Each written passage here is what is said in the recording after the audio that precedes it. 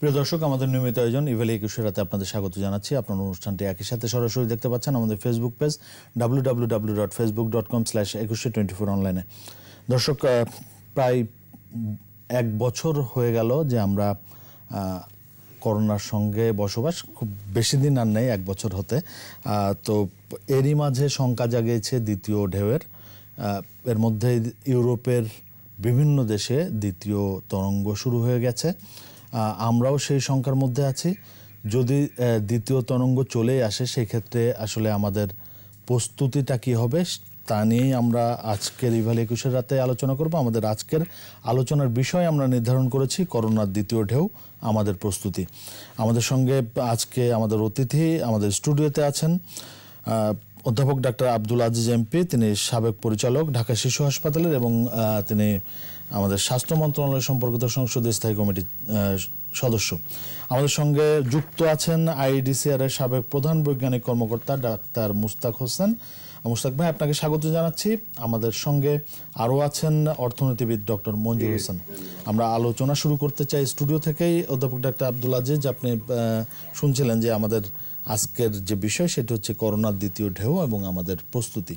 আসলে আমাদের প্রস্তুতি কতটা, আমরা কি সঠিকভাবে প্রস্তুতি নিতে পারছি দ্বিতীয় ঢেউ মোকাবেলায়? আপনাকে অসংখ্য ধন্যবাদ। আপনি প্রথমেই বলেছেন প্রায় 1 বছর। আসলে আমরা যদি করোনার আবির্ভাব থেকে শুরু করি তখন বলতে প্রায় 1 বছরই। কারণ চীনের উহান সিটিতে আপনি জানেন যে 2019-এর ডিসেম্বরের প্রথম সপ্তাহ থেকেই এই করোনা সংক্রমণ শুরু হয়। যদিও বাংলাদেশের এই সংক্রমণটা মার্চের 8 তারিখে আমরা প্রথম একটা রোগী ডিটেক্ট করি। মার্চের 18 তারিখে একটা রোগী মারা যায়। এরপরে পর্যায়ক্রমে এই সংখ্যা বেড়েই চলছে। মাঝখানে আপনারা দেখেছেন যে এই করোনা সংক্রমণের হারটা কমে আসছিল এবং আমরা মোটামুটি আশ্বস্ত হয়েছিলাম যে হয়তো করোনা নিয়ন্ত্রণের মধ্যে চলে আসবে। কিন্তু এরই মধ্যে আপনারা জানেন যে মাননীয় প্রধানমন্ত্রী জননেত্রী শেখ হাসিনা উনিও সন্দেহ করেছিলেন এবং সারা পৃথিবীর যারা মেডিকেল প্রফেশন বা এই করোনা নিয়ে কাজ করেছেন তারা বলছেন যে শীতের সময় এই সংক্রমণটা বেশি হবে। কারণ এখন পর্যন্ত অলরেডি বা সারা পৃথিবীতে যতগুলো রিসার্চ হয়েছে দেখা যায় যে করোনা ভাইরাসকে যদি 70 ডিগ্রি টেম্পারেচার রাখা যায় 5 মিনিট বেঁচে থাকে। যদি 4 ডিগ্রি টেম্পারেচার রাখা যায় তাহলে 14 ঘন্টা বাঁচে। তো স্বভাবতই আমরা ধরে নিতে পারি যে শীতের সময় সংক্রমণটা বাড়বে। সেই ধারাটা ইতিমধ্যে শুরু হয়ে গেছে। আপনারা দেখেছেন ইউরোপে সংক্রমণটা অনেক বেড়ে গেছে। আমেরিকা তো একই চিত্র এবং আমাদের বাংলাদেশেও সংক্রমণের হার গত 1 সপ্তাহের কথা যদি আমরা চিন্তা করি তাহলে আমরা দেখতে পাচ্ছি যে এই সংক্রমণটা বেড়ে গেছে, মৃত্যুর হারটা বেড়ে গেছে এবং আমরা বলতে পারি যে দ্বিতীয় শুরু হয়ে গেছে। যদিও আমরা বলি যে সংক্রমণটা যেভাবে কমার কথা ছিল নিয়ন্ত্রণ ছিল, কিন্তু একবারে সেই আমরা যদি গ্রাফিক্যালি চিন্তা করি বেজ লাইনে আসেনি। তার মানে সংক্রমণটা ছিল, এখন আবার বেড়ে চলছে। তো এখন প্রথমের দিকে আমাদের যে সমস্যা ছিল সেটা হচ্ছে যে আমাদের পিপি নিয়ে প্রবলেম ছিল, আমাদের মাস্ক নিয়ে বিভিন্ন রকম কথা ছিল। আমাদের ডাক্তার বা মেডিকেল প্রফেশন তারাও এর চিকিৎসার সম্বন্ধে ওরকম ওয়াকিবহাল ছিলেন না, আপনারা জানেন। তো সেইখানে আমাদের মৃত্যুর হারটা বেশি হয়ে কিছুটা অন্য দেশের চেয়ে আমরা অনেক ভালো, অনেক কম, তারপরে কিছু মৃত্যু হয়েছে।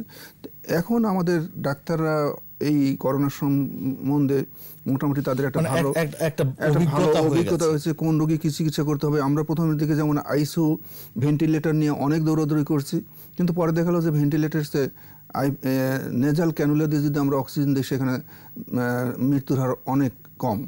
স্বভাবতই তারপরে অন্য কিছু ওষুধ যেগুলো সরাসরি করোনাকে মানে ভাইরাসকে ধ্বংস করে না, কিন্তু সাপোর্টিভ ট্রিটমেন্ট হিসেবে রোগীর বেঁচে যাচ্ছে। এবং যেটা দেখা যায় যে 82% এই করোনা ভাইরাসের রোগী কিন্তু এমনি ভালো হয়ে যায়।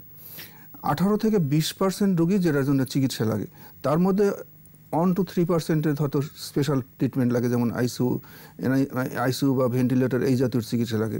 তো সেই ক্ষেত্রে বাংলাদেশ প্রথম থেকেই বাংলাদেশ সরকার স্বাস্থ্য মন্ত্রণালয় চেষ্টা করে যাচ্ছে এই করোনার একটা সমন্বিত চিকিৎসা করার জন্য, যার জন্য বেশ কয়েকটা হাসপাতালকে অ্যাসাইন করা হয়েছিল শুধু করোনার চিকিৎসার জন্য।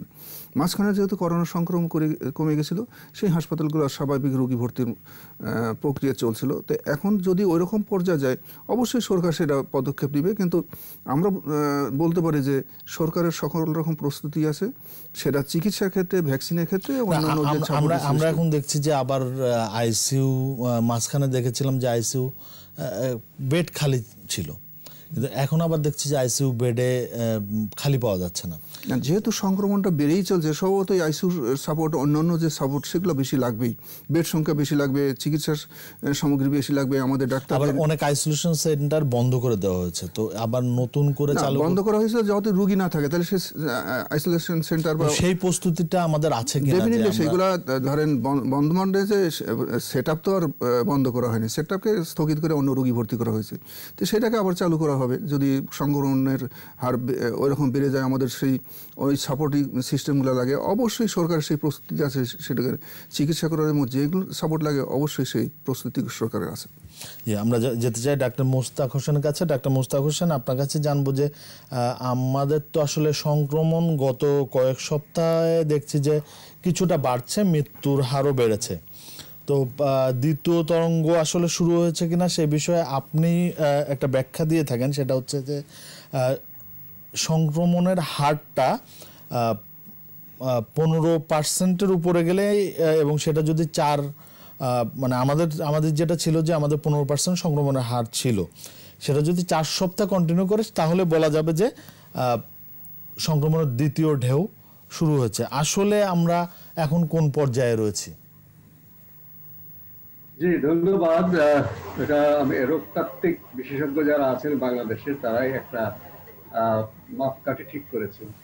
আমি বাংলা এটা ঢেউ বলতেই বলবো, তরঙ্গ বললে বোঝা যায় ছোট ছোট ঢেউ, যে ছোট ছোট যে ওঠানামা করে আমাদের, সেটাকে ঢেউ তো অনেক বড় বড় আকারে বাংলা ভাষায় আমরা ঢেউ বলে থাকি। সেটা আমি যেটা বলেছি গণমাধ্যমে, আপনাদের এখানে বলেছি, যতটুকু কমে গিয়েছিল একেবারে কম, ডক্টর আজিজ ঠিকই বলেছেন, সেটা ছিল শনাক্তের হার 10% থেকে 12। সেটি এই গত সপ্তাহের আগের সপ্তাহ পর্যন্ত। গত সপ্তাহে এটা 12% শনাক্তের হার বেড়ে গিয়ে 12 থেকে 14-এর মধ্যে ওঠানামা করছে। এই সপ্তাহ তাই, তবে একদিন এটা শনাক্তের হার 14-এর একটু বেশি হয়েছে। তো 10 থেকে 12-র 1.5 গুণ যদি শনাক্তের হার আমরা হিসাব করি, তাহলে 15% থেকে 18। এর মধ্যে যদি 2 সপ্তাহ পরে, 2 সপ্তাহের 1 সপ্তাহ চলে গেছে, দ্বিতীয় সপ্তাহ চলছে, এই সপ্তাহ পার হয়ে আগামী রোববার থেকে যদি আমরা দেখি যে শনাক্তের হার 15% বা তার চেয়ে বেশি হচ্ছে, এবং এটি কমপক্ষে 4 সপ্তাহ ধরে আছে, তাহলে আমরা হয়তো বলতে পারি যে এটা সংক্রমণের প্রথম ঢেউ শেষ না হলেও দ্বিতীয় ঢেউয়ে আমরা প্রবেশ করেছি। তো এখন আমরা আমাদের পর্যবেক্ষণ করতে হবে যে এখন যেহেতু একটু বেশি আছে, এটি বেড়েও যেতে পারে, আবার নাও বাড়তে পারে। আমরা সেপ্টেম্বর, অক্টোবর, নভেম্বর এই 3 মাস ধরে দেখছি শনাক্তের হার 10 থেকে 12-এর ভিতরে ওঠানামা করছে। ঢেউ না হয়ে ছোট ছোট তরঙ্গ বলা যায়, যেটি মৃদু বাতাসে কাঁপন ধরায়, তো সেটাও হতে পারে। আবার আমরা দেখছি যে শীত প্রধান দেশে কিন্তু সংক্রমণটা অনেক বেড়ে গেছে। মার্কিন যুক্তরাষ্ট্রের তৃতীয় ঢেউ হচ্ছে, ইউরোপ জুড়ে দ্বিতীয় ঢেউ, আবার দক্ষিণ আফ্রিকা, সেখানে এখন গ্রীষ্মকাল চলছে দক্ষিণ গোলার্ধে, তারা সেখানে দ্বিতীয় ঢেউয়ের আশঙ্কা করছে, তা কমে গিয়ে আবার বাড়ার আশঙ্কা আছে। আমাদের বাংলাদেশে মাননীয় প্রধানমন্ত্রী যথার্থই সতর্কবাণী দিয়েছেন, আমরা যেভাবে গা ছাড়া ভাব হয়ে গেছে, সেটিকে আমাদেরকে ঝেড়ে ফেলা উচিত। কারণ অলরেডি এটাও ডক্টর আজিজ বলেছেন, মাননীয় সংসদ সদস্য, আমরা কিন্তু বিপদ সীমার উপরে আছি। 5% শনাক্তের হার, তার যদি নিচে নেমে আসা যেত তাহলে হয়তো বলা যাবে আমরা মোটামুটি নিয়ন্ত্রণে আনতে পেরেছি, কিন্তু আমরা কিন্তু 5% উপরেই, 10-এর নিচে আর নামেনি। কাজে আমরা যেমন বন্যার পানি বিপদ সীমার উপরে, মানে জনপদ, মানুষের থাকার বসত বাটি, ক্ষেত খাওয়ার, সেগুলো পানির নিচে থাকে, সেটি 1 মিটার হোক বা 2 মিটার হোক। তো আমাদের এখানে গণসংক্রমণ চলছে, যে ইংরেজিতে কমিউনিটি ট্রান্সমিশন বলি আমরা, অর্থাৎ একজন মানুষ যখন করোনা আক্রান্ত হচ্ছেন, তিনি চট করে বলতে পারছেন না তিনি কোথা থেকে সংক্রমিত হয়েছেন। যেভাবে বন্যার পানি বেড়ে গেলে আমি বাঁধ দিয়ে আটকাবার চেষ্টা করি, তারপরে বাঁধের ফাঁক পুকুর দিয়ে পানি জনপদে ঢুকে পড়ে, কাজে সেটা কিন্তু আমাদের অলরেডি বিপদ সীমার মধ্যে আছি। আমাদেরকে সবাই মিলে যদি আমরা এই চেষ্টাটা করি, নিশ্চয়ই নামিয়ে আনা সম্ভব। আমরা বাংলাদেশে অতীতে এভাবে অনেক জনস্বাস্থ্য মোকাবেলা করেছি, আমরা এবারও যদি আমরা সবাই মিলে কাজ করি, সরকার আছে, সমাজসেবা সংক্রান্ত প্রতিষ্ঠান রয়েছে, বেসরকারি সংগঠন রয়েছে, আমাদের সামাজিক সংগঠন খুবই ভালো, আমাদের বাংলাদেশের মানুষ একে অপরের সহায়তা এগিয়ে আসে, এবং আমরা মার্চ এপ্রিল মে মাস পর্যন্ত দেখেছি সবাই একে অপরের সাহায্যে এগিয়ে এসছে। এরপরে আমাদের জীবিকার প্রয়োজনে জীবনের ধর্ম অনুযায়ী কিন্তু আমাদের এটা একটু শিথিলতা এসছে, সারা পৃথিবীতেই তাই হয়েছে, এবং এটা বৈজ্ঞানিক ব্যাখ্যাও আছে যে এখন যেটা হচ্ছে সেটা বলা হচ্ছে প্যান্ডেমিক ফ্যাটিক, অর্থাৎ ক্লান্তি এসে গেছে মহামারীর, এবং অনেকের মধ্যে একটা নিয়তিবাদ যে যা হবার হবে, আমি আর কতদিন ঘরে থাকবো। কিন্তু যারাই অসতর্ক হচ্ছেন তারাই কিন্তু আক্রান্ত হচ্ছেন, এবং তাদের মধ্যে অনেকেই জটিলতায় পড়ছেন এবং কেউ মৃত্যুবরণ করছেন দুঃখজনকভাবে। আমাদের শিথিলতার কিন্তু কোনো অবকাশ নেই। তো এক্ষেত্রে মাননীয় প্রধানমন্ত্রীর আরেকটি বক্তব্য উদ্ধৃত করব, যতক্ষণ পর্যন্ত না প্রতিটি মানুষকে আমি নিরাপদ করতে পারবো ততক্ষণ পর্যন্ত আমি কেউই বলতে পারবো না আমি নিরাপদ আছি। কাজে আমাদের সবাইকে একে অপরকে সহায়তা করতে হবে। সেটা তিনটা ক্ষেত্রে আমি বলবো। একটা হচ্ছে যে যখন যারা রোগী শনাক্ত হচ্ছে তাদের সবাইকে আইসোলেশনে যাওয়ার জন্য সহযোগিতা করতে হবে। যারা প্রান্তিক এবং দরিদ্র মানুষ তারা স্বেচ্ছায় আইসোলেশনে যাচ্ছেন না, কারণ তার জীবিকাটা নষ্ট হবে, তার চাকরি চলে যাবে, তার দৈনন্দিন মজুরিতে কাজ করছেন, খাবারের সংস্থান থাকবে, আমরা কমাতে পারবো না। এই সংক্রমণ যদি আমরা না কমাই, আমাদের হাসপাতালে এমনিতেই জনসংখ্যা অনুপাতে আইসিইউর বেডের সংখ্যা সীমিত আছে। যদি আইসিইউর বেডের সংখ্যা কথার কথা যদি আমি অনেক গুণ বাড়াই, অনেক গুণ বাড়ানো কিন্তু আমাদের ওরকম জনবল প্রশিক্ষিত যে আইসিইউ স্পেশালিস্ট তা কিন্তু আমি 7 দিন বা 1 মাসে করতে পারবো না, সেটি একটা সংকট আছে। অন্যান্য অপারেশন থিয়েটার থেকে অ্যানেস্থেটিস্ট এনে কিন্তু এখন চালানো হচ্ছে, তাদের অপারেশন কিন্তু অনেকদিন ধরে বন্ধ আছে, মাঝখানে একটু চালু হয়েছিল, এখন তাদেরকে আবার ডাকা হচ্ছে যে যারা লিভারের অপারেশন করেন, অন্যান্য অপারেশন করেন, সার্জারির অপারেশন করেন, চোখের অপারেশন করেন, নিউরো সার্জারি অপারেশন করেন, সব জায়গায় কিন্তু আইসিইউ স্পেশালিস্ট লাগে, অ্যানেস্থেটিস্ট লাগে, তাদের সবাইকে কিন্তু করোনা আইসিইউ সেখানে জরুরি ভিত্তিতে নিয়োগ করা হয়েছিল। কাজে আমি আইসিইউ দিয়ে কুলাতে পারবো না। সংক্রমণকে প্রতিরোধ করা হচ্ছে আমাদের 1 নাম্বার। শুধু বিমানবন্দরে বিদেশ থেকে আগত যাত্রীদের আমরা কোয়ারেন্টাইন নিয়ে খুবই সতর্ক, অবশ্যই দরকার আছে। আমরা যেমন বিদেশ থেকে সংক্রমিত হতে দেব না, কিন্তু দেশের ভিতরে যারা করোনা শনাক্ত হচ্ছেন এবং যারা করোনা শনাক্ত হতে চাচ্ছেন না তাদের সবাইকে সামাজিক সহায়তা দিয়ে আমাদেরকে আইসোলেশন এবং কোয়ারেন্টাইনে নিতে হবে। পাশাপাশি স্বাস্থ্যবিধি মেনে চলা, স্বাস্থ্যবিধি মেনে চলবার জন্য কিন্তু যারা প্রান্তিক মানুষ তাদেরকে সহায়তা দিতে হবে, তারা যেন স্বাস্থ্যবিধি মেনে চলতে পারেন। একজন প্রান্তিক মানুষ তার মাস্কের জন্য 100-200 টাকা খরচ করা তার জন্য কিন্তু একটা তিনি চিন্তা করে যে আমি খাবারের সংস্থান করব নাকি মাস্ক কিনবো। তাদেরকে প্রথম পর্যায়ে আমরা বিনামূল্যে মাস্ক বিতরণ করতে পারি, অথবা নামমাত্র মূল্যে 1 টাকা 2 টাকা মাস্ক তার কাছে তাকে বিক্রি করতে পারি, এবং তাকে তখন বলবো এটা মাস্ক তুমি ধুয়ে প্রতিদিন একটা ফ্রেশ মাস্ক পরবে, বা তার কর্মস্থলে সাবান দিয়ে হাত ধোয়ার ব্যবস্থা করতে হবে।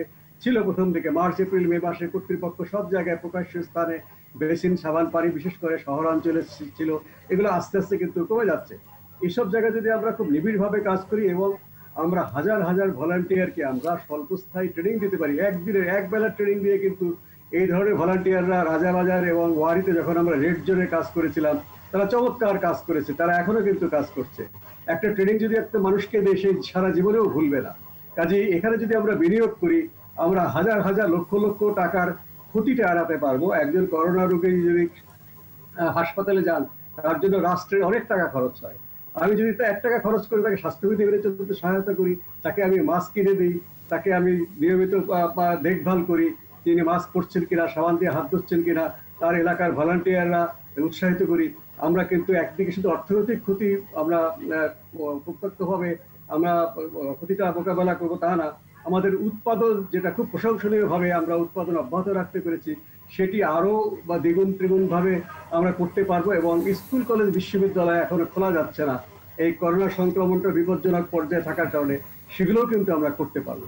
এভাবে আমরা যদি একসাথে এগিয়ে যাই নিশ্চয়ই আমরা আমাদের পরিস্থিতি উন্নয়ন করতে পারবো। জি, আমরা সেটা আশা করব যে সবাই একসঙ্গে এগিয়েই করোনাকে মোকাবেলা করতে হবে। যেতে চাই অর্থনীতিবিদ ডক্টর মঞ্জুর হোসেনের কাছে।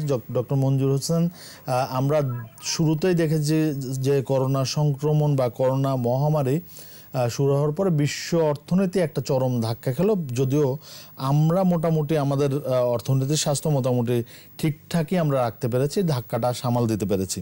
এখন এই যে দ্বিতীয় ঢেউয়ের যে আশঙ্কা করছি সেই জায়গাটিতে আসলে আমাদের অর্থনীতিতে কী ধরনের প্রভাব পড়তে পারে, আসলে সেই ধাক্কাটা আমরা সামলাতে পারবো কিনা? ধন্যবাদ আপনাকে। অর্থনীতিতে করোনা মহামারীর প্রভাব আলোচনা করার মানে সাথে যেটা বেশি দরকার জানা যে আসলে দ্বিতীয় ঢেউটা আমাদেরকে কতটুকু আক্রান্ত করবে, এবং সেই বিষয়ে আমাদের যদি পরিষ্কার ধারণা অবশ্য আমাদের থাকাটা সম্ভব না, সেটা যদি জানতে পারা যায় তাহলে আসলে সেটার উপরে নির্ভর করবে দেশের অর্থনীতির উপরে এর প্রভাবটা কেমন হবে।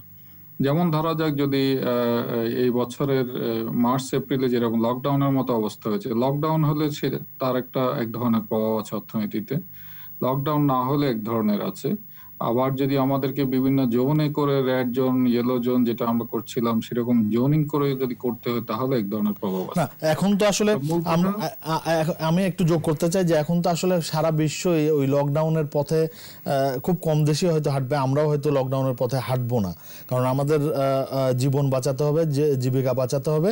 সেই ক্ষেত্রে আমরা কিন্তু জোর দিচ্ছি যে করোনা ভাইরাস নিয়ন্ত্রণের ক্ষেত্রে মাস্ক পরাটা এবং স্বাস্থ্যবিধি মেনে চলার বিষয়টিতেই আমরা যোগ দিচ্ছি।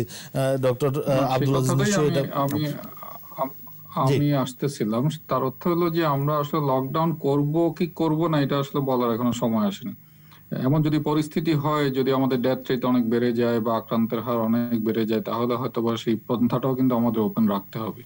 তো সেজন্যই বলছি এই মুহূর্তে যে অবস্থায় আছি আমরা, সেটা হচ্ছে যে আমরা মার্চ এপ্রিলের পরে যেভাবে ওপেন করে দিয়েছি, এবং এটা বলা যে আমরা ভাগ্যের সহায়তায় এবং আল্লাহ রহমত বলতে পারেন, সব দিক মিলে কিন্তু আমাদের অবস্থাটা অত খারাপ হয়নি। ফলে যেটা হয়েছে যে অর্থনৈতিক কর্মকাণ্ড কিন্তু অনেকটাই নরমালের কাছাকাছি এসে গেছে। মানে পুরোপুরি নরমাল হয়েছে বলবো না, অর্থাৎ 70-80% মতো অনেক জায়গায় প্রোডাকশন বলেন অন্যান্য ক্ষেত্রে কিন্তু আমরা কার্যক্রমে এগিয়ে গেছি, এবং তার ফলে দেশের অর্থনীতিতে কিন্তু একটা পজিটিভ প্রভাব দেখা গিয়েছে। তো এখন প্রশ্ন হলো যে সামনে আমাদের জন্য দুটো চ্যালেঞ্জ, একটা হচ্ছে যে আমরা লকডাউন করি বা না করি, আমাদের বিশেষ করে আন্তর্জাতিক বাণিজ্যের সাথে আমাদের যাদের সাথে সম্পর্ক আছে তাদের অবস্থার উপরও কিন্তু আমাদের কিছু অংশ নির্ভর করে, বিশেষ করে রপ্তানি বাণিজ্য। আমাদের গার্মেন্টস সেক্টরের একটা বড় ক্রেতা হচ্ছে ইউরোপিয়ান দেশগুলো এবং আমেরিকার দেশগুলো।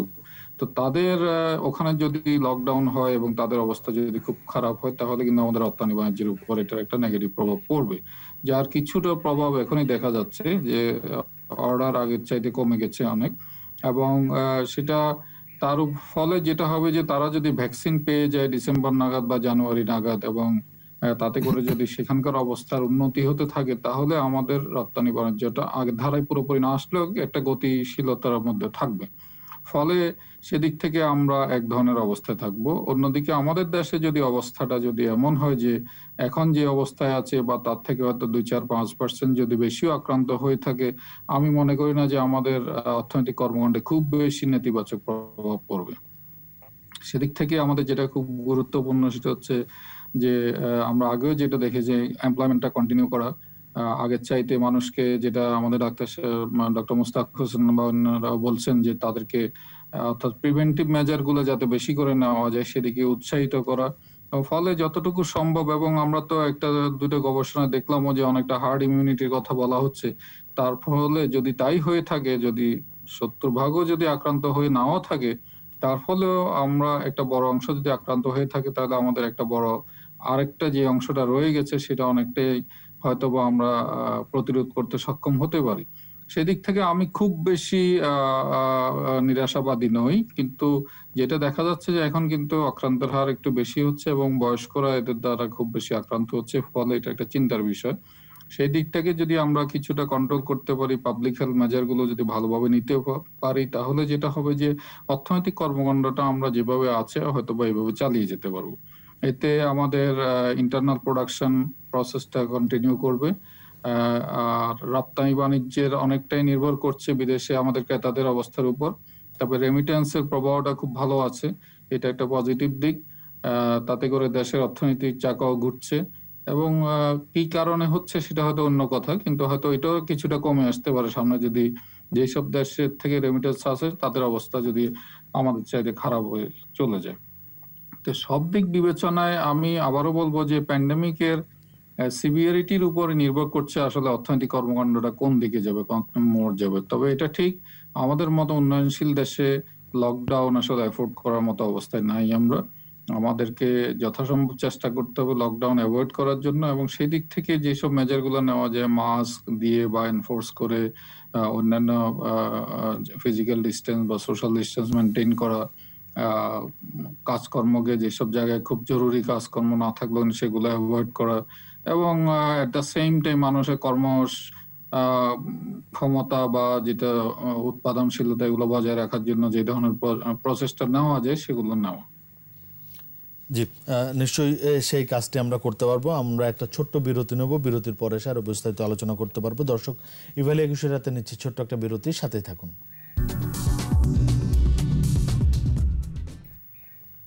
দর্শক, ইভ্যালি 21 রাতে আবারও স্বাগত জানাচ্ছি। আমাদের আজকের আলোচনার বিষয় করোনার দ্বিতীয় ঢেউ, আমাদের প্রস্তুতি। যাব অধ্যাপক ডাক্তার আব্দুল আজিজের কাছে।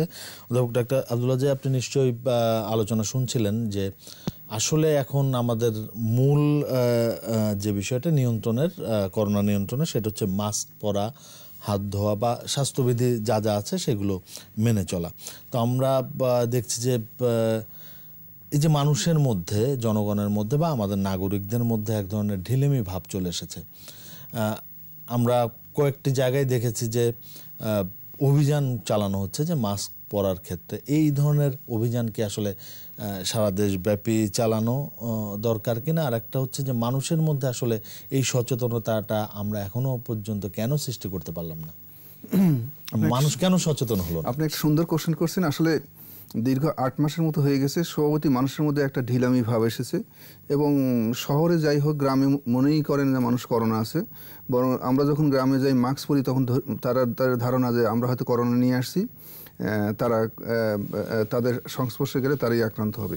তারপরে হচ্ছে যে মানুষ আসলে মাস্ক পরতে চায় না, বা প্রথমের দিকে যাই বা ছিল, সেটাও আমরা দেখছি যে বাংলাদেশের 3টে জেলাতে স্টাডি করা হয়েছে, সেখানে মাত্র 26% মানুষ মাস্ক পরতো এবং 74% মানুষ মাস্ক পরতো না। এইটা কিন্তু দিন দিন আরও কমতেই ছিল। সম্প্রতি সরকার থেকে যে আইন করে দিয়েছে নো মাস্ক নো সার্ভিস, অর্থাৎ যদি কোনো মাস্ক না পরে তাহলে সে বাজারে যেতে পারবে না, সে গাড়িতে চড়তে পারবে না। এই জায়গাটিতেও দেখছি যে নো মাস্ক নো সার্ভিস, যে সার্ভিস দেবে সেও তো মাস্ক পরছে না। সেখানেই সমস্যা। এখন সেটা মাস্ক পরার জন্য একটা সামাজিক আন্দোলন করতে হবে। আপনি জানেন যে বাংলাদেশ ছোট্ট একটা দেশ, 16 কোটির অধিক আমাদের মানুষ। মেডিকেল ভাষায় আমরা যদি বলি যে আমরা সোশ্যাল ট্রান্সমিশন যদি বন্ধ না করতে পারি, অর্থাৎ একজন থেকে আরেকজনের সংক্রমণ যদি আমরা বন্ধ না করতে পারি, তাহলে আমাদের জন্য একটা বিপর্যয় আসবেই। সেটা বন্ধ করতে হলে আমাদের মাস্ক পরতে হবে। কারণ হচ্ছে মাস্ক যদি পরেন, তাহলে একটা সংক্রমিত ব্যক্তি 1000 জন স্বাভাবিক মানুষকে এই করোনা সংক্রমিত করে, অর্থাৎ করোনা ছড়ায়। তো স্বভাবতই যদি আমরা মাস্কটা পরি, এবং এই করোনাটা ছড়ায় সাধারণত হাসি এবং কাশির মাধ্যমে, এবং এটা আরেকজন স্বাভাবিক মানুষের চোখ, নাক এবং মুখ দিয়ে ঢোকে। তো আমরা যদি মাস্ক পরি, তাহলে আমার মুখটা এবং নাকটা প্রোটেকশন হলো, অর্থাৎ 70 থেকে 80% প্রোটেকশন হয়ে যায়।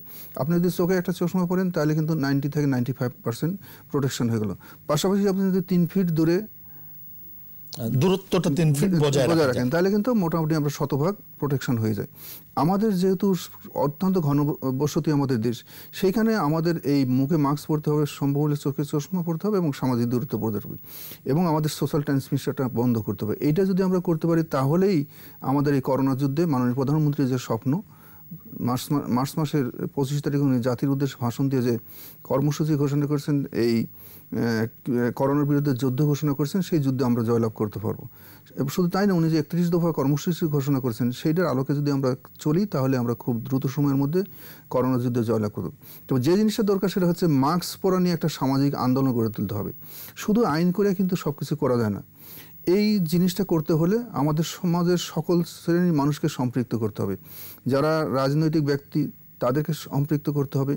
সমাজের যারা কি বলে বিভিন্নভাবে নেতৃত্ব দেয়, আমরা শিক্ষিত মানুষ বলি, বা সমাজের বিভিন্ন শ্রেণীর লোক থাকে, মসজিদের ইমাম থাকে, আমাদের মন্দিরের যারা পুরোহিত থাকে, প্রাগটতে আমাদের ধর্মগুরু যারা আছেন তাদেরকে সম্পৃক্ত হতে হবে।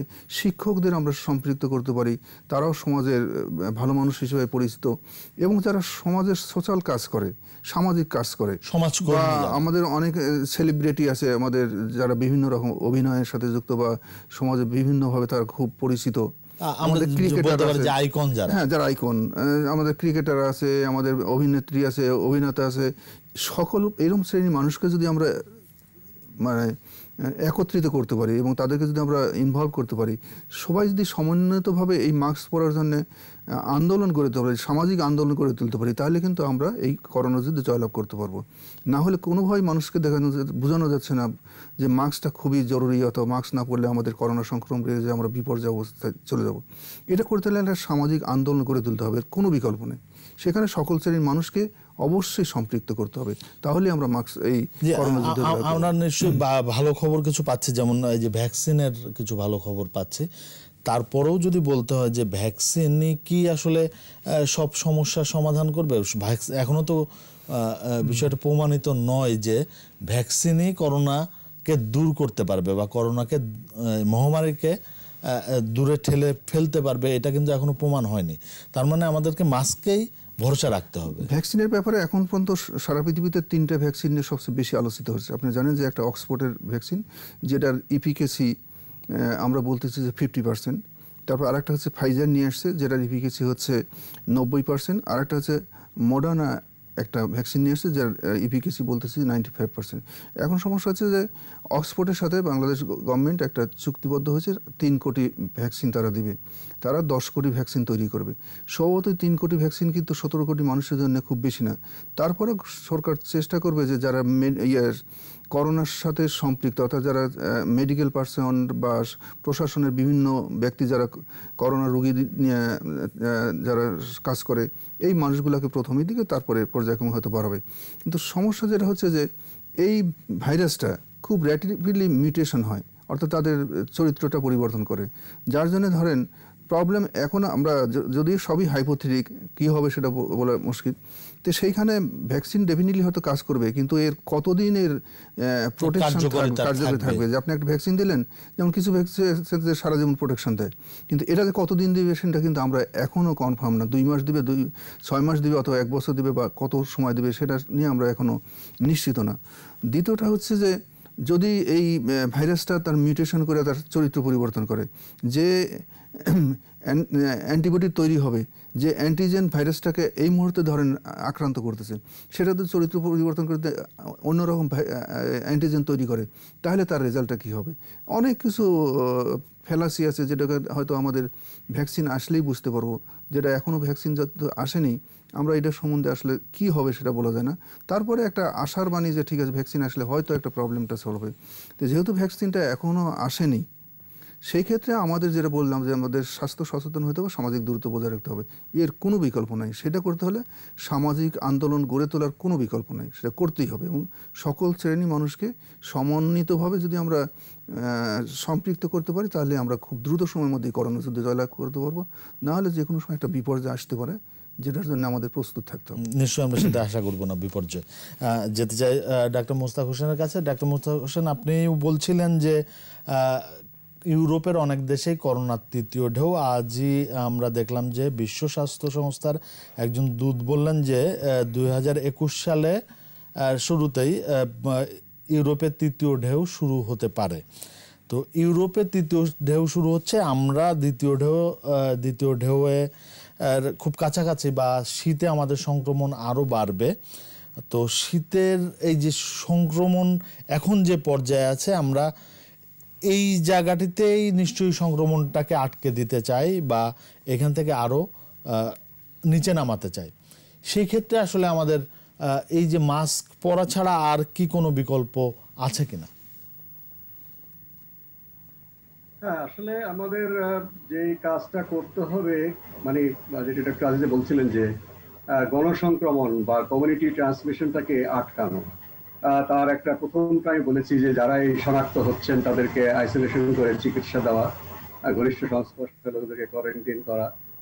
দ্বিতীয় হচ্ছে স্বাস্থ্যবিধি মেনে চলবার জন্য সহায়তা করা, এবং তৃতীয় হচ্ছে যে হাসপাতালগুলো বা এরকম যেগুলো প্রতিষ্ঠান আছে যেখানে অনেক মানুষ একত্রে সেবা নেয়, আমরা বলছি যে মাস্ক পরুন, সেবা নিন, যদি পজিটিভ আকারে স্লোগানটা বলি, এই সমস্ত জায়গায় যদি সংক্রমণ নিয়ন্ত্রণ করবার জন্য বিশেষ উদ্যোগ নিতে হবে।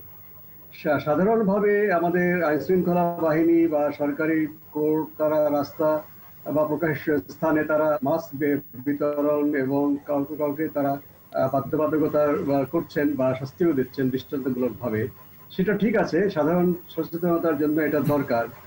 কিন্তু এই যে সংক্রমণ প্রতিরোধ করবার জন্য বা মাস্ক করবার জন্য সবচেয়ে বেশি জোর দিতে হবে একসঙ্গে অনেক লোক আছে, যেমন ডাকঘর কিংবা রেস্টুরেন্ট কিংবা হাসপাতাল। বিশেষ করে হাসপাতালটাকে এমনভাবে আমাদেরকে পরিষ্কার পরিচ্ছন্ন জীবাণুমুক্ত রাখতে হবে, একজন রোগী তিনি যাচ্ছেন, তিনি করোনা নয়, তিনি যেন করোনা নিয়ে বের হয়ে না আসেন বা তিনি করোনা নিয়েই হাসপাতাল থেকে গেলেন।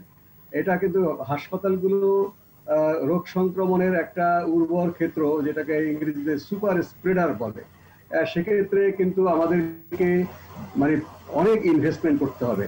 ইনফেকশন প্রিভেনশন কন্ট্রোলের কর্মসূচি হাসপাতালগুলোতে দেওয়া আছে আগে থেকেই, কিন্তু এটা কিন্তু দেখভাল করা হয়নি। এটা কার্যকরী প্রত্যেকটা হাসপাতালে কিন্তু ডিরেক্টরের সভাপতিত্বে ইনফেকশন প্রিভেনশন কন্ট্রোলের এক্সপার্টদের নিয়ে কমিটি আছে। এই কমিটি যে আছে সেটা কিন্তু অনেকেই জানে না। কিছুটা সার্জিক্যাল কাজ যারা করে, অপারেশন থিয়েটারে যারা কাজ করেন, তারা এই বিষয়ে কিছু অবহিত। তারা মাস্ক পরা কিংবা পরিচ্ছন্নতা, গ্লাভস পরা, ওভারঅল পরা, গাউন পরা সেগুলো করতেন। কিন্তু মেডিসিনের চিকিৎসকরা, পেডিয়াট্রিকের চিকিৎসকরা, তারা কিন্তু এই বিষয়ে খুব একটা করতেন। কোনো কোনো ক্ষেত্রে আমি শুনেছি যারা সিনিয়র তারা বলতেন যে রোগীর সামনে মাস্ক পরে যেও না, রোগী তোমাকে দূর ভাববে, যে আমাকে হয়তো ডাক্তার সাহেব ঘৃণা করছেন, এইরকম একটা মোটিভেশন ছিল। সেখান থেকে আমরা একেবারে 180 ডিগ্রি বিপরীত ধরে যাওয়া, এই যে যারা মেডিসিনের ডাক্তার, তো যাদেরকে অপারেশন করতে হয় না তাদেরকেও মাস্ক পরতে হবে, ইনফেকশন প্রিভেনশন কন্ট্রোলের জন্য গ্লাভস পরতে হবে, পিপিই পরতে হবে। এই জিনিসটা একেবারে নতুন। কিন্তু সংক্রামক রোগের চিকিৎসার আলাদা ব্যবস্থা আমাদের যে নেই তা না। সংক্রামক ব্যাধি হাসপাতাল ঢাকাতেও রয়েছে, চট্টগ্রামে একটা বড় হাসপাতাল রয়েছে, অনেক জেলাতেই রয়েছে। কিন্তু এটা ওইভাবে মনোযোগ দিয়ে যে করা, শুধু ডায়রিয়া রোগী সেখানে যেত, ডায়রিয়া রোগী গেলে তো আমাকে মাস্ক করতে হয় না, আমাকে খাদ্য এবং পারিবাহিত রোগটা না হয় সেটা আমরা করি। এই জিনিসগুলো কিন্তু আমাদেরকে নতুন করে চিন্তা করতে হচ্ছে যে গোটা দেশের স্বাস্থ্যকর্মী যারা আছেন সবাইকে সংক্রমণ প্রতিরোধের জন্য প্রশিক্ষিত হতে হবে, এবং শুধু প্রশিক্ষিত না, এটা একটা অভ্যাসে পরিণত করতে হবে। আমি যেটা বলছিলাম যে হাসপাতাল থেকে শুরু করে যে সমস্ত প্রতিষ্ঠানে, টেলিফোন অফিস যেখানে মানুষ বিল দিতে যায়, এই সমস্ত ঘর বা মানে যেখানে মানুষ অনেক থাকবে, যেখানে শারীরিক দূরত্ব বজায় রাখা খুব কঠিন, সেখানে অবশ্যই মাস্ক পরা, সাবান দিয়ে হাত ধোয়া এবং সেই জায়গাটা ভেন্টিলেশন, যে সেখানে যেন আলো বাতাস চলাচলের জায়গাটা অনেক ভালো থাকে। দেখুন শীতকালে ইউরোপে করোনা সংক্রমণ বেড়ে যাওয়ার অন্যতম কারণ হচ্ছে শীতের সময় তাদের কাজের স্থলেও তারা অনেক মানুষ একত্রে থেকে রুমটাকে হিটিং করছেন, তারা গরম করে শীত নিবারণ করছেন। তাদের গণপরিবহনে আন্ডারগ্রাউন্ড টিউব, বাস, সেখানে অনেক মানুষ একসাথে যাতায়াত করছে, সেখানে কিন্তু তারা দূরত্ব বজায় রাখতে পারছেন না। আমাদের বাংলাদেশে কিন্তু আমাদের এখানে ঘর গরম করবার খুব একটা প্রয়োজন হয় না, শীত বেশি দিন থাকে না। আমাদের এখানে গরমের সময় যাদের সঙ্গতি আছে বা অফিস আদালতে, আমরা একটা ঘরের ভিতরে অনেক মানুষ মিলে থাকলে সেখানে কিন্তু এয়ার কন্ডিশন চালানো হয় এবং দরজা জানলা বন্ধ করে। কারণ এয়ার কন্ডিশন এবং শীতের সময় রুম হিটিং, এটা দরজা জানলা বন্ধ করে ভিতরে যে বাতাসটা থাকে সেই বাতাসটাকে কিন্তু ভিতরে ঘোরাফেরা করে, সেটাকে গরম করা হয় বা সেটাকে ঠান্ডা করা হয়, এয়ার কুলিং যদি করা হয়। সেখানে যদি কোনো একজন রোগী থাকেন করোনা সংক্রমিত, তিনি তার অজান্তেই থাকতে পারেন, তার কাছ থেকে বাকিরা সংক্রমিত হয়ে যায়। কাজে শীত প্রধান দেশে এরকম যখন একজন করোনা সংক্রান্ত রোগী একটা ট্রেনের, আন্ডারগ্রাউন্ড ট্রেনের বগিতে তিনি আছেন, সেখানে ভেতরে হিটিং হচ্ছে, গরম বাতাসটা সার্কুলেট করছে, সেই ঘরের বাইরে যাচ্ছে না। তার মানে বদ্ধ ঘর বা বদ্ধ জায়গাটা নিশ্চয়ই করোনার জন্য সবথেকে বড় ঝুঁকি। হ্যাঁ, আমি সেখানেই জোর দিতে বলছি যে মাস্ক পরা, সাবান দিয়ে হাত ধোয়া এবং ভেন্টিলেশন। তাহলে কি শীতের সময় যে আমাদের মাঝে মাঝে ঘরের জানালাটা একটু খোলা রাখা দরকার, জানালা বা দরজাটা?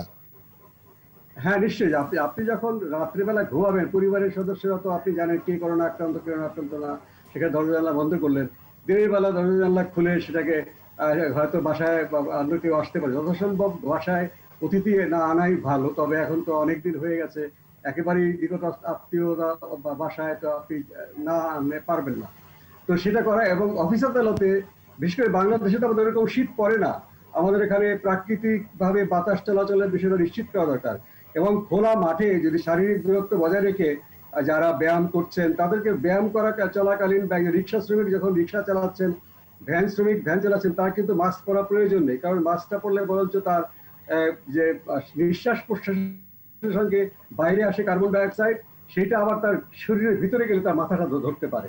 কাজে একজন এখন যিনি শ্রম করছেন, যা ইট ভাঙছেন, ঘন ঘন নিঃশ্বাস প্রশ্বাস পড়ছে খোলা জায়গায়, একজন নারী শ্রমিক ইট ভাঙছেন কিন্তু খোলা আকাশের নিচে, তার দু হাতের ভিতরে কেউ নেই, তার মাস্ক না পরলেও চলবে, কিন্তু তাকে বলতে হবে তুমি যখন অন্য মানুষের কাছাকাছি যাবে তখন অবশ্যই তুমি মাস্ক পরবে। এভাবে আমাদেরকে বৈজ্ঞানিক তথ্য সম্বলিত সবার জন্য এক ফর্মুলা নয়, আমরা ইংরেজিতে বলি যে টেইলার মেড, অর্থাৎ আমার গায়ের মাপে আমি কাপড় কেটে আমি জামা বানাবো। কাজেই যখন যেটা প্রযোজ্য সেভাবে কিন্তু আমাদের বার্তাটা দিতে হবে। যিনি এখন খোলা মাঠে কাজ করছেন, যা শারীরিক পরিশ্রম করছেন, তার ঘন ঘন নিঃশ্বাস প্রশ্বাস হচ্ছে, তাকে আমি মাস্ক পরার মতো জোরাজোরি করার প্রয়োজন নেই, কিন্তু তাকে আমি বলবো তুমি যখন একসাথে বসে চা খাবে দূরত্ব বজায় রাখবে, চা খাওয়ার পরে যদি একসাথে গল্প করো তাহলে মাস্ক পরতে হবে। রিক্সা শ্রমিক রিক্সা সবসময় রিক্সা চালান না, তারা রিক্সাদের যে তাদের বিভিন্ন জায়গায় একটা আড্ডা আছে সেখানে তারা বসে গল্প করেন বা চা খান, ওখানে তাকে অবশ্যই মাস্ক পরতে হবে। এভাবে আমরা মানে বৈজ্ঞানিক তথ্যগুলো যদি ঠিক যেখানে প্রযোজ্য সেখানকার মতো করে যদি আমরা বার্তাগুলো দেই তাহলে কিন্তু মানুষ এটাকে আরো বেশি গুরুত্ব দেবে। এখন ঢালাওভাবে দিলে গুরুত্বটা হচ্ছে না। যখন পুলিশ সামনে আছে তখন সেটা মাস্কটা পড়ছে, যখন পুলিশ চলে যাচ্ছে তখন মাস্কটা খুলে পকেটে ভরছে। ডক্টর আজিজ ঠিকই বলেছে, শুধুমাত্র জরিমানা করে এটা হবে না। আমি আরেকটা বিষয় জোর দেবো, বলে আপাতত আমি অন্য আলোচনা শুনবো, যে প্রাতিষ্ঠানিক অ্যাপ্রোচ করতে হবে। সমাজ যেখানে সংঘবদ্ধ, সেই সংঘবদ্ধ অ্যাপ্রোচ করতে হবে। সাধারণ প্রচারের জন্য আমি রাস্তাঘাট বা প্রকাশ্য স্থানে মাস্ক বিতরণ বা কিংবা জরিমানা করা সেগুলো আমি করব, লিফলেটিং করব, ব্যানার লাগাবো, টেলিভিশন রেডিওতে প্রচার হবে, কিন্তু এক একটা অফিসে গিয়ে অফিসের কর্তৃপক্ষকে আগে মোটিভেট করতে হবে। অফিসের কর্তৃপক্ষের দায়িত্ব সেখানকার সাবান দিয়ে হাত ধোয়ার ব্যবস্থা রাখা, তাদের কর্মীরা মাস্ক পরছে কিনা। একজন কর্মী যদি তার ঘরের ভেতরে থাকে অন্য কেউ সেখানে হয়তো মাস্ক পরার প্রয়োজন নেই। যখন একত্রিত হবে সেখানে, যখন ক্যান্টিনে সে যাবে চা খেতে, একসঙ্গে যেন সবাই না যায়, ভাগ ভাগ করে ক্যান্টিনে যায়, যেখানে বা দুপুরের খাবারে যেখানে জায়গা আছে সেখানে গিয়ে মাস্ক, কারণ খাবার সময় কিন্তু মাস্ক খুলতে হবে। অনেক লোক যদি সেখানেই আপনার খাবারের সময় মাস্কটা খুলে খায় তখন তো সেখানে সংক্রমিত হয়ে গেল। তার রুমে সে একা আছে, সেখানে সে নিরাপদ, কিন্তু ক্যান্টিনে যখন দুপুরবেলা আসছে, অনেক হাসপাতালে আমাদের চিকিৎসকরা হয়তো ডিউটি করার সময় তিনি সংক্রমিত হচ্ছেন না, যে দুপুরের সময় তিনি ক্যাফেটেরিয়ায় যাচ্ছেন তখন তিনি মাস্ক খুলে খাবার নিচ্ছেন এবং গল্প করছেন, তখন কিন্তু দূরত্ব বজায় থাকছে না, এবং সেই ক্যাফেটেরিয়াটা দরজা জানালা বন্ধ, এয়ার কন্ডিশন চলতেছে বা শীতের সময় হিটিং চলছে, তখন তিনি কিন্তু আক্রান্ত হয়ে যাচ্ছেন। কাজেই এইভাবে কিন্তু অনেকে আক্রান্ত হচ্ছে। কাজে এইভাবে আমাদেরকে একেবারে পরিস্থিতি অনুযায়ী কিভাবে স্বাস্থ্যবিধি মেনে চলতে হবে সেই বিষয়টা আমাদেরকে বলা হচ্ছে। প্রতিষ্ঠান ভিত্তিক যদি আমরা করি, সেই প্রতিষ্ঠানে যে কি কি সমস্যা বা স্পেসিফিক পরিস্থিতি সে অনুযায়ী সমাধানটা দেওয়া যাবে। এবং মহল্লা ভিত্তিক সংগঠন আমাদের আছে, ওয়ার্ড কাউন্সিলর প্রত্যেকটা ওয়ার্ডে আছে, এবং ওয়ার্ড কাউন্সিলর আবার তার এলাকাকে কিন্তু ছোট ছোট ভাগ করে তারা কিন্তু সেই সেবা দিচ্ছেন। সেটা কিন্তু শহরে এবং গ্রামে তো আছেই, যে কমিউনিটি ক্লিনিক ৬,০০০ লোকের জন্য একটা কমিউনিটি ক্লিনিক আছে, এবং কমিউনিটি ক্লিনিকে একটা কমিউনিটি সাপোর্ট গ্রুপ আছে যারা জনগণের সহায়তা নিয়ে সেই কমিউনিটি ক্লিনিকটা চালায়। তাদেরকে কাজে লাগাতে হবে করোনার যে সংক্রমণ প্রতিরোধে স্বাস্থ্যবিধি মেনে চলবার জন্য। অর্থাৎ আমাদের এলাকাগুলো কিন্তু অর্গানাইজ করা আছে, আমাদের পেশা ভিত্তিক অর্গানাইজ করা আছে, প্রতিষ্ঠান ভিত্তিক অর্গানাইজ করা আছে, তাদেরকে আমাদের অ্যাপ্রোচ করতে হবে এবং সেখানে স্বাস্থ্যবিধিটা মেনে চলা। কোনো রোগী যদি সংক্রমিত হয় তাকে কিভাবে আইসোলেশন করতে হবে, কোথায় যেতে হবে, তাদের মধ্যে যে জ্বর নিয়ে যদি কেউ আসে তাকে আইসোলেশনে পাঠাতে হবে, তার চাকরিটা যেন চলে না যায়, তার কাজটা যেন সে আবার ফিরে এসে কাজ পেতে পারে। এভাবে যদি আমরা আগাই নিশ্চয়ই আমরা সফল হব। যে আমাদের সব টুলসই আছে, সেই টুলসগুলোর সঠিক ব্যবহারটা দরকার, তাহলে হয়তো আমরা এই যুদ্ধটা জয় করতে পারবো। আমি যেতে চাই ডক্টর মঞ্জুর হোসেনের কাছে।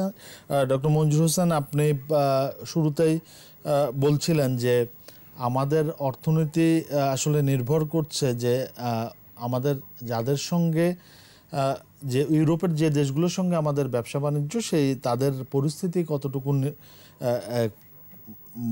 তাদের পরিস্থিতি কী হয় তার উপরে নির্ভর করছে আমাদের অর্থনীতির গতি প্রকৃতি।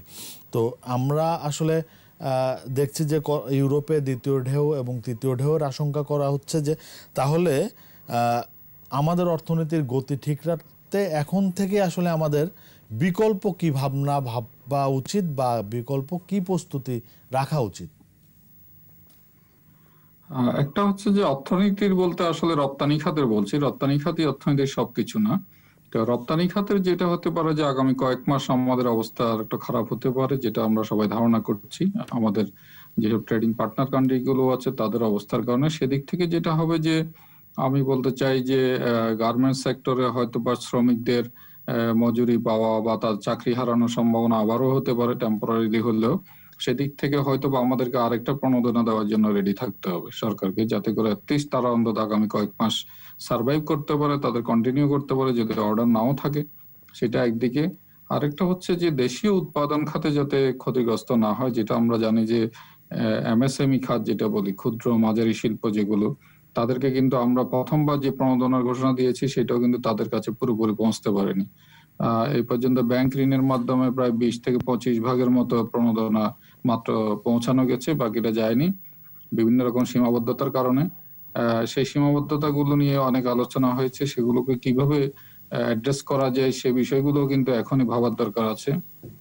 অ্যাটলিস্ট সামনে যদি আর একটু খারাপ হয় বা অনেকেই হয়তো উৎপাদন যদি বন্ধ করতে হয়, সেই ক্ষেত্রে যাতে তারা অন্তত প্রণোদনার অর্থটা পেতে পারে এবং তাদের সাময়িকভাবে হলেও তারা যাতে তাদের সার্ভাইভালটা কন্টিনিউ করতে পারে, তো লাইভলিহুডটা কন্টিনিউ করতে পারে, এমপ্লয়মেন্টটা লস না করে, সেদিকটা আমাদের মনোযোগ দিতে হবে।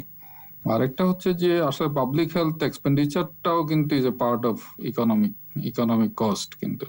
তো সেদিক থেকে আমাদের যেটা হচ্ছে যে আমাদেরকে একটা তো হচ্ছে প্রিভেন্টিভ বিষয় নিয়ে লোকজনকে উদ্বুদ্ধ করা, কিন্তু উদ্বুদ্ধ করলেই আপনি আমাদের মতো দেশে আসলে এই ধরনের যেখানে শিক্ষা দীক্ষার অভাব আছে, অনেক লোকেই আসলে কেয়ার করছে না।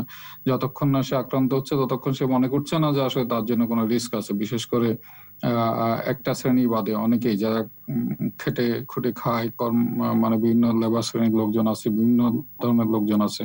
তো সুতরাং তাদেরকে আসলে একটা হচ্ছে যে মাস্ক শুধু বললেই যে তারা কাজ করবে তা না, তাদেরকে যদি বিনামূল্যে দেওয়া যায় বা এট দ্য সেম টাইম যেটা হতে পারে যে গতবার আমরা দেখেছি যে যারা দরিদ্র শ্রেণীর বা নতুন ভাবে দরিদ্র সীমার মধ্যে চলে আসছে বিভিন্ন কারণে, কারণ অনেকেরই আয় কমে গিয়েছে বা অনেকে আয় হারিয়েছে, চাকরি হারিয়েছে, কর্মস্থল থেকে সরে গেছে, তো তাদের জন্য কিছু প্রণোদনা যেসব সরকার কমিট করেছে সেগুলো যাতে দেওয়া যায় বা সোশ্যাল সেফটি নেটের আওতাটা আরো বাড়ানো যায়, সেই প্রচেষ্টাটা চালিয়ে যেতে হবে। অ্যাট দ্য সেম টাইম সরকারের যেটা বার্ষিক উন্নয়ন কর্মসূচি আছে, পাবলিক ওয়ার্কস গুলো আছে, বিভিন্ন জায়গায় কাজের বিনিময় খাদ্য কর্মসূচি আছে, 3 মান্থ এমপ্লয়মেন্ট জেনারেশন অ্যাক্টিভিটিস আছে, সেগুলোকে বেগবান করা যাতে করে মানুষ অ্যাটলিস্ট মানে লাইভলিহুডের চিন্তায় যাতে তাদেরকে মানে তারা অতিরিক্ত রিস্ক নিয়ে মানে ভাইরাসে আক্রান্ত না হয়। তো সেদিকটা আমরা অলরেডি কিছুটা অভিজ্ঞতা অর্জন করেছি গত প্রথম ধাক্কার ফলে। আমার মনে হয় দ্বিতীয় ধাক্কার ক্ষেত্রে অনেকটাই আমরা অনেক কিছু লার্ন করেছি ব্যক্তি পর্যায়ে এবং সরকারি পর্যায়ে এবং প্রাতিষ্ঠানিক পর্যায়েও। আশা করি সেগুলো আমাদেরকে অনেকটা সেফগার্ড দিবে আমার ধারণা। তারপরেও সতর্ক অবশ্যই থাকতে হবে। যেমন জীবনের দিক থেকে যেমন সতর্ক থাকা দরকার, জীবিকাটাও যাতে সুরক্ষিত হয় অ্যাটলিস্ট পার্শিয়ালি, আমি ফুললি বলবো না, সেদিকটা আমাদের মনোযোগ দিতে হবে। তো এই হচ্ছে বর্তমান সময়ের অবস্থা। যদি দ্বিতীয় ধাক্কা যদি আমরা সত্যিকার অর্থে আরো ক্ষতিগ্রস্ত হই বা আরো বেশিভাবে যদি লোকজনের মধ্যে প্যানিক তৈরি হয়, কাজে কর্ম আরো ক্ষতিগ্রস্ত হয়, তাহলে অবশ্যই আরেকটা প্রণোদনার কথা চিন্তা করতে হবে সরকারকে, যদি ফুললি আমরা লকডাউন নাও যাই। তো আমার আশা করি সরকারের সেই প্রস্তুতিটা আছে। যেমন ভ্যাকসিনের জন্য একটা থোক বরাদ্দ রাখা হয়েছে এবং সেটা ইতিমধ্যে কাজে লাগানোর চেষ্টা চলছে। তবে ভ্যাকসিন আস্তে আস্তে আমার মনে হয় না আমরা আগামী মার্চের আগে কোনো কিছুতে আশা করতে পারি। তো তার আগ পর্যন্ত আমাদেরকে অন্যান্য পদ্ধতিগুলো মেনে চলতে হবে। জেলা শহরের হাসপাতালগুলোকে অ্যাটলিস্ট যেসব ইকুইপমেন্টের দরকার, বিশেষ করে অক্সিজেন, আইসিইউ, এইসব ব্যাপারে ইতিমধ্যে প্রস্তুতি হয়তো নেওয়া হয়েছে, কিন্তু যাতে সঠিকভাবে প্রস্তুতিটা নেওয়া হয় সেই দিকটা মনোযোগ রাখা দরকার, যাতে আমরা এই ধরনের কোনো ঢেউকে মোকাবিলা করতে সক্ষম হই। জি, আমরা আলোচনার একদম শেষ দিকে। আমাদের সঙ্গে যুক্ত হওয়ার জন্য ডাক্তার মুস্তাক হোসেন, ডক্টর মঞ্জুর হোসেন, আপনাদের দুজনকে অসংখ্য ধন্যবাদ জানাচ্ছি। ধন্যবাদ জানাচ্ছি অধ্যাপক ডাক্তার আব্দুল আজিজ এমপি আপনাকে আপনার মূল্যবান সময় দেওয়ার জন্য। আমরা শেষ করব আজকের ইভেল 21 রাত। দর্শক, শেষ করব আজকের ইভ্যালি 21 রাত। নিশ্চয়ই আমাদের আলোচনা আপনাদের ভালো লেগেছে। আমাদের আসলে করোনার দ্বিতীয় ঢেউ বা সংক্রমণের দ্বিতীয় ঢেউ মোকাবেলা করতে এখনো পর্যন্ত আমাদের হাতে যে অস্ত্র সেটি হলো মাস্ক পরা, স্বাস্থ্যবিধি মানা এবং বারবার সাবান দিয়ে হাত ধোয়া। এই জায়গাগুলো যদি আমরা নিশ্চিত করতে পারি তাহলে নিশ্চয়ই করোনার বিপদ থেকে আমরা অনেকটাই মুক্ত হতে পারবো। নিশ্চয়ই সবাই মাস্ক পরবেন, সবাই স্বাস্থ্যবিধি মানবেন, এই আশা করে শেষ করছি আজকের ইভ্যালি 21 রাত। সবাই ভালো থাকবেন, সুস্থ থাকবেন। শুভরাত্রি।